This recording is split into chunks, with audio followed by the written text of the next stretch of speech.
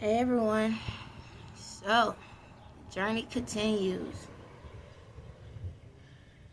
Alright, so I made it out of Plymouth. Yay, I made it out of Plymouth. And I made it to a city where I tried to talk to the police department about what's going on. They said they couldn't help me because they can't investigate another location. So I contacted, they told me about the NSBI, something like that. But I kind of went over there and I called the FBI. Well, apparently my phone is tapped because I tell the people it's a missing person issue because technically I'm missing. Understand? Because of the situation. And the guy just got out the phone. He got my information and got out the phone, and that was it. It was so fast, it didn't make sense. So I said, okay, I don't believe I was talking to the real FBI. I was talking to someone in one of these elites pretending to be at the FBI where they had the customer service, operator thing, and they popped up and said something. Same thing happened when I was in Plymouth, and I contacted the police department, and and somebody randomly answered. Yeah. So they tapping my phone, so it don't matter who I contact. So I have another way. I'm gonna check on something else. But in the meantime, I walked to this community center so I can have somewhere to stay at. Unfortunately, they don't have nowhere where I can stay at for the night. My son is with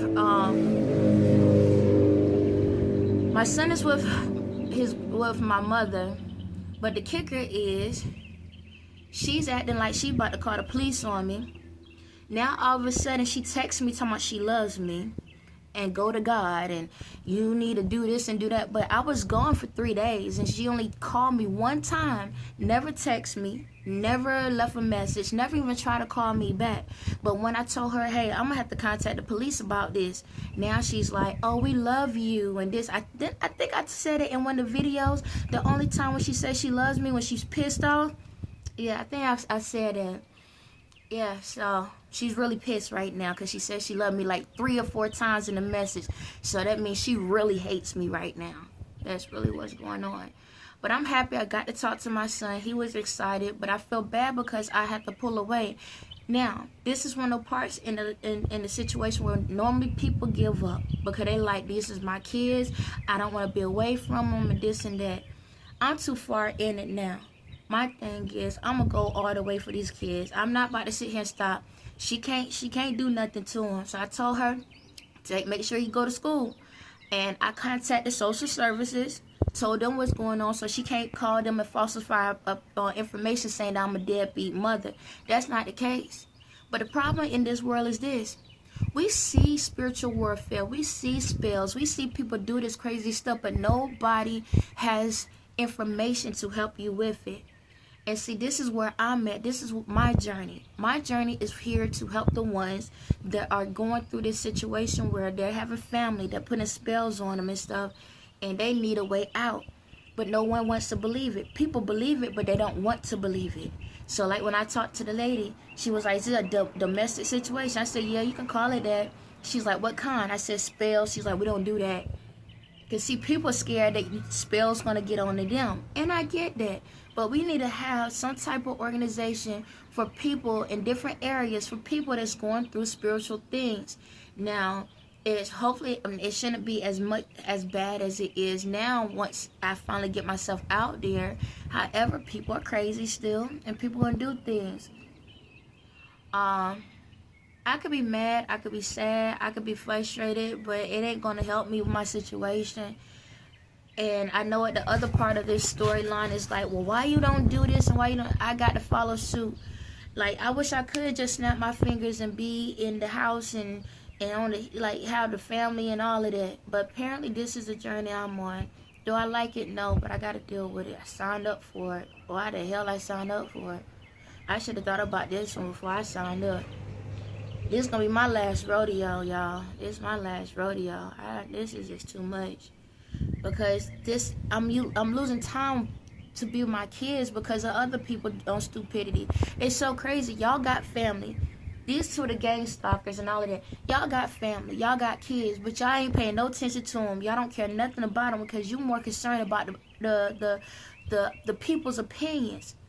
And then I'm here wanting to spend time with my kids, want to be with them, want to have the relationship, want to be a family, and focus on that instead of dealing with everybody else. And y'all don't want that. Like, I don't get it. You trying to take my life, but you already have it. If you understand, you already had a house, the marriage, you got the kids, you got the money, you got the cars, you can travel, y'all can do all of these things for the most part of it.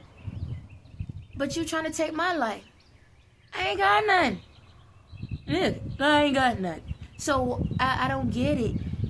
I don't get it. But then what's so crazy is once everything finally gets to an end, you're gonna be wishing for that family. You're gonna be wishing for that car, that house, the relationship. Like, why y'all trying to pull from me?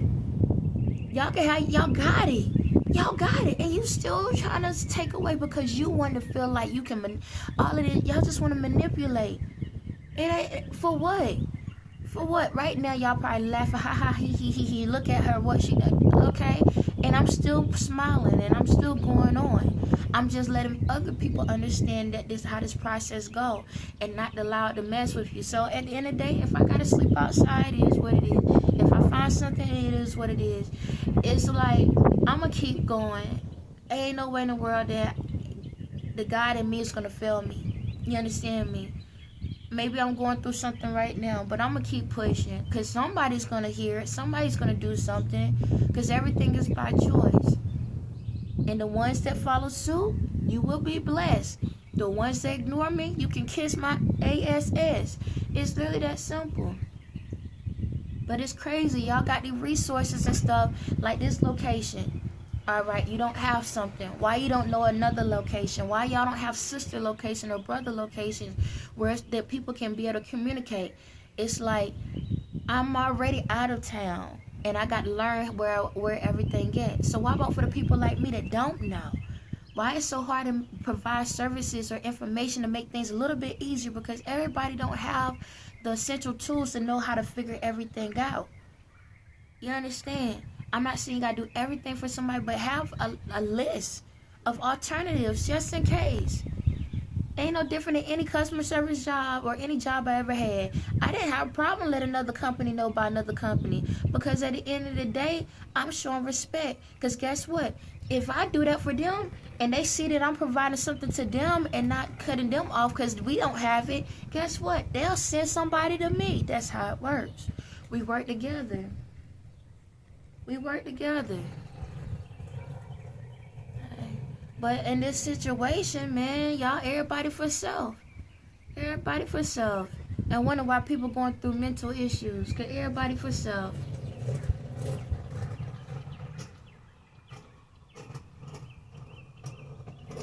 Are you looking for a room? You looking for a room? Yeah, I got one. Oh, okay. Okay. But yeah, so at the same time, man, everybody need to work together. Everybody got their ups and downs. Everybody go through something. It ain't perfect for everyone. I understand, but if we all come together with the information, we all come together with the knowledge, then nobody got to sleep outside. Nobody got to be in these situations. It's messed up. It's really messed up, man. Not everybody bad people. It's not everybody bad people, but we gotta work together. So I'm gonna just sit here, meditate for a while, get my thoughts together, figure this out, and I'm gonna tell y'all, like the kids, my son, my youngest, his grandmother, she a preacher, she a minister, and I understand that she might be trying to protect her own child. But I had talked to her earlier, and she said she was going to, come and help me. And her son up there started acting funky, and she already know my situation. She even acknowledged, like, yo, I remember you did say how your mom is. You been saying that, okay, you been through some situations similar to what I'm going through. And the thing about it, now the shoe is on the other foot, now she don't know me.